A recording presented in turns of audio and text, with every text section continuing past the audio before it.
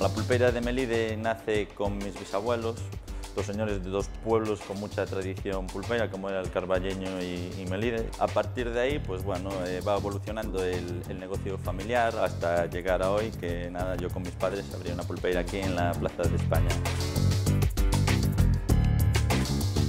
Lo que intentamos con este local era reeditar una pulpeira en clave de siglo XXI.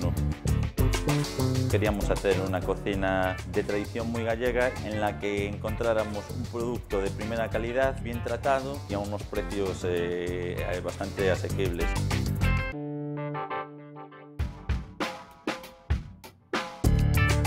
El cliente que viene a la pulpeira tiene que probar el plato emblemático de la casa, que es el pulpo a feira. El pulpo se hace como una pulpeira tradicional de toda la vida, en ollas de cobre, con agua, y lo de cocer es secreto de familia, o sea, no se puede contar.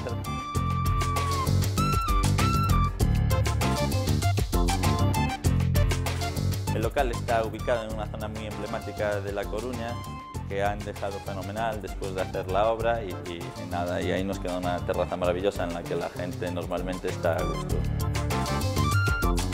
Queríamos tener un local tradicional porque se viene a un local actual. Elegimos pues nada, materiales muy nobles como es la piedra, la madera, la pizarra, para que evocara bueno, lo que es la tradición gallega.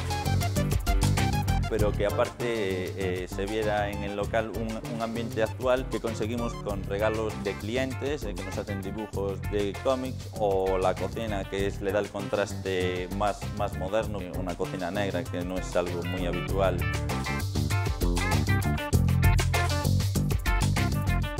La clientela que viene al local es de todo tipo. Te puedes encontrar desde un chaval de 20 años que viene con su novia y sale la primera vez a cenar, hasta gente de negocios o comidas familiares. Yo creo que la gente viene a la pulpeira de Melide porque es un lugar donde nosotros tenemos una calidad-precio muy buena y muy asequible. Aquí lo que pretendemos es dar un producto de primerísima calidad a un precio bastante razonable. Por una media de 25 € puedes comer aquí perfectamente.